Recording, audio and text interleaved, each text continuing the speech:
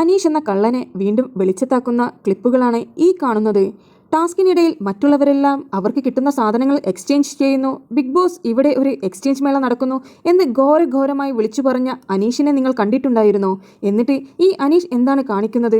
സ്വന്തം സ്വാർത്ഥ താല്പര്യങ്ങൾക്ക് വേണ്ടി അനീഷിന്റെ നിലപാട് ആകെ മാറ്റിയിരിക്കുന്നു. ഇന്ന് അനീഷിന് ഒരുപാട് പാവകളെയാണ് കളക്ട് ചെയ്യുവാൻ കഴിഞ്ഞത്. എന്നാൽ അനീഷിന് കുറച്ച് വലംകൈകളുടെ കുറവുകളുണ്ടായിരുന്നു. ആദിലയുമായി ഒരു ഡീലിലേക്ക് എത്തിയിരിക്കുകയാണ്. ആദിലയോട് ചോദിച്ചു, നിന്റെ പക്കൽ എന്തെല്ലാം കിട്ടിയെന്ന് ആദ്യം അന്വേഷിച്ച് അറിഞ്ഞു. എന്നിട്ട് ചേട്ടന് ഇനി എന്താണ് കുറവെന്ന് ആദില ചോദിച്ചപ്പോൾ എനിക്ക് 2 വലംകൈകൾ ആവശ്യമുണ്ടെന്ന് പറഞ്ഞു. അങ്ങനെയാണെങ്കിൽ ഞാൻ തരുകയാണെങ്കിൽ എനിക്ക് 2 തലകൾ തരുമോ എന്ന് ചോദിച്ചു. അനീഷ് ആ ഡീലിന് ഓക്കെ പറയുകയായിരുന്നു. നെവിനും ആര്യനും അക്ബറും തമ്മിൽ എക്സ്ചേഞ്ച് മേള നടക്കുന്നു എന്ന് പറഞ്ഞ വ്യക്തിയാണ് ഇപ്പോൾ ആദിലയുമായി ഒരു ഡീലിലെത്തി ഇപ്പോൾ എക്സ്ചേഞ്ച് ചെയ്തിരിക്കുന്നത്. ബാത്റൂം ഏരിയയിൽ വെച്ചുകൊണ്ടായിരുന്നു ഇവരുടെ ഡീലിംഗ് നടന്നത്. ഇതിനിടയിലേക്ക് അക്ബർ കൈ വാഷ് ചെയ്യാൻ വേണ്ടി വന്നപ്പോൾ നൈസായിട്ട് വിഷയം മാറ്റുകയായിരുന്നു. ആദിലയുടെ കാര്യങ്ങളൊന്നും എന്റെ അടുത്ത് വക പോകില്ല എന്നുള്ള രീതിയിൽ സംസാരിച്ചുകൊണ്ട് നിൽക്കുകയായിരുന്നു. എന്തൊരു ആക്ടിംഗ് ആയിരുന്നു അനീഷിൻ്റെത്. ശരിക്കും അനീഷ് ഒരു കള്ളനാണ് എന്ന് തെളിയിച്ച ഒരു എപ്പിസോഡ് തന്നെയാണ് ഇത്.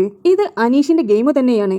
അനീഷിന് ആവശ്യമുള്ളപ്പോൾ റൂൾസ് എല്ലാം ബ്രേക്ക് ചെയ്യാൻ പറ്റുന്നതാണ് അനീഷിന്റെ നിലപാടുകൾ. മറ്റുള്ളവർ എക്സ്ചേഞ്ച് ചെയ്യുമെന്ന് പറഞ്ഞ് ബിഗ് ബോസിനോട് ശ്രദ്ധിക്കാൻ പറഞ്ഞ വ്യക്തിയാണ് ഇപ്പോൾ തന്റെ ആവശ്യത്തിന് വേണ്ടി ഇവിടെ എക്സ്ചേഞ്ച് നടത്തിയിരിക്കുന്നത്.